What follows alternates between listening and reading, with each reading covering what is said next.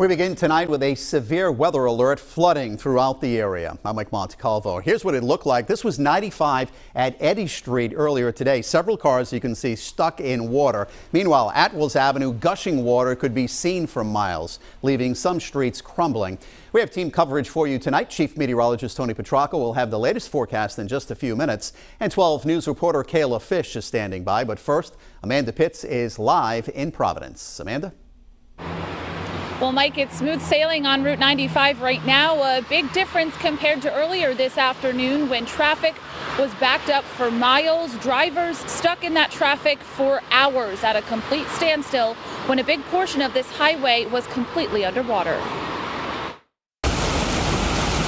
Mother Nature not holding back this Labor Day, dumping inches and inches of rain on Rhode Island, turning highways and side roads into pools of water.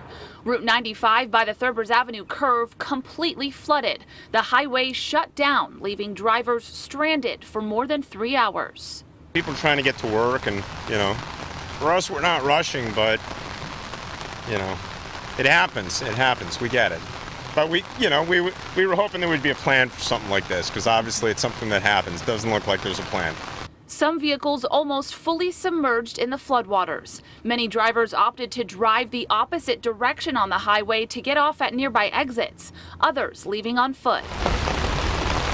Trying to find a bathroom break, like many people, and a lot of people are trying to turn around. The same could be said on Route 10, closed in both directions from flooding by Union Avenue.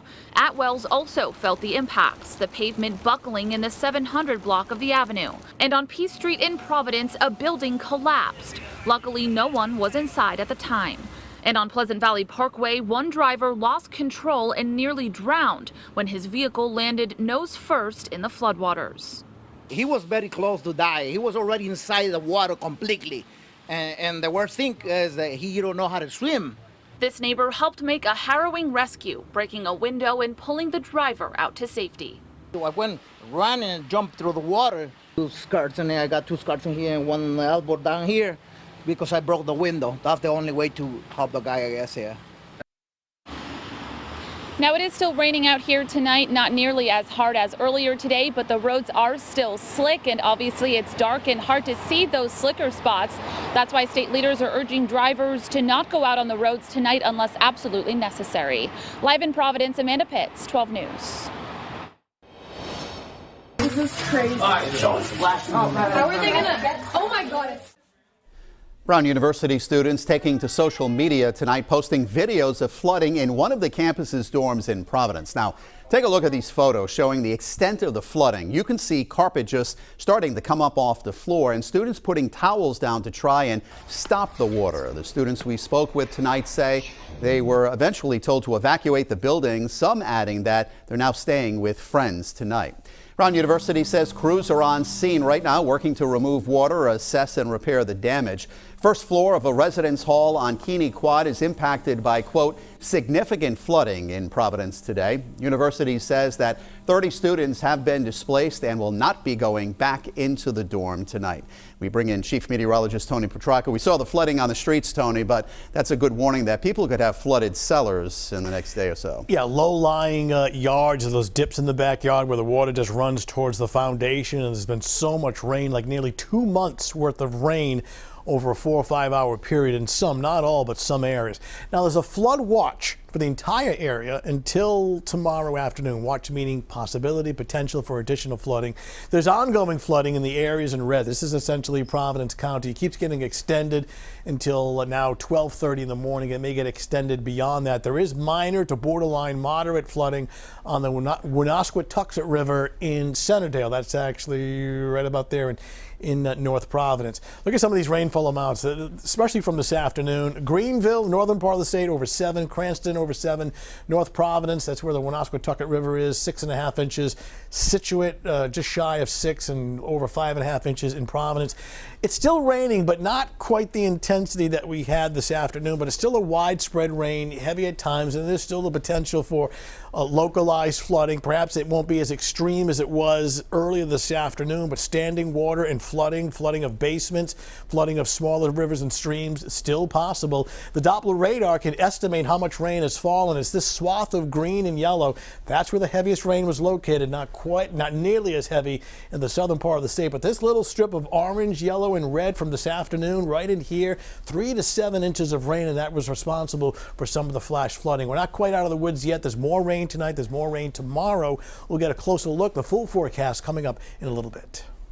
All right, Tony, thank you. While the rain is expected to continue through tomorrow, the Rhode Island DOT says their crews are on standby to respond to any additional issues on the roads. And that's where we find 12 News reporter Kayla Fish, who joins us now live with more on what caused today's headache on the highways. Hi, Kayla. Hey, good evening, Mike. We are live in Breaking News 1 right now, traveling on 95 and north in the Cranston area headed toward Providence. I want to give you a look at the roadways right now. A grand improvement from what we saw earlier this afternoon, although roads are still wet and slick, and we have seen some ponding in some areas. But again, traffic moving just fine at this hour. Now, if this feels kind of like deja vu, it's because it almost is. For the second time in 2 weeks, heavy rainfall inundated area highways, causing some major problems, backups, and stranding drivers for hours. We asked DOT what they're doing to prevent future problems. This afternoon, in a matter of hours, 5 or more inches of rain fell throughout the Providence metro area, with Cranston leading the way with 7 inches of rainfall. Everybody's driving through it. I mean, what's the matter with people? I mean, I don't understand, you don't drive through and you get stuck. Parts of Interstate 95 and Route 10 in Providence shut down. 12 News cameras capturing DOT crews clearing debris from storm grates on 95 near Thurbers Ave. According to RIDOT Director Peter Alviti, his crews checked and didn't find any blockages in the underground pipelines draining the water. He says their system was overwhelmed. It was simply that the rainfall had come down at an intensity that exceeded the capacity of the drainage system to accept it. Just 2 weeks ago, a similar site on 195 headed into the capital city. The roadway flooded, drivers stranded. It was exacerbated by the fact that we had some construction activity nearby, and some of that debris got into the drainage system that caused it to slow down a bit. Ongoing drought conditions contributing to both situations. The dry soil acting more like concrete, unable to soak up the water. The result, it runs off into low-lying areas, turning parts of area highways into lakes. 12 News asked Alviti what they're doing to prevent these types of situations moving forward. He told us crews spent time Sunday making sure the drains were clear. Aside from the conditions that exist with rainfall, there's little else that we could do. I mean, we prepare as best we can for these. We make sure that we have crews on standby and on alert, as we did with this one, to get and maintain the drainage systems to be open. Other than that, we're pretty much at the mercy of Mother Nature.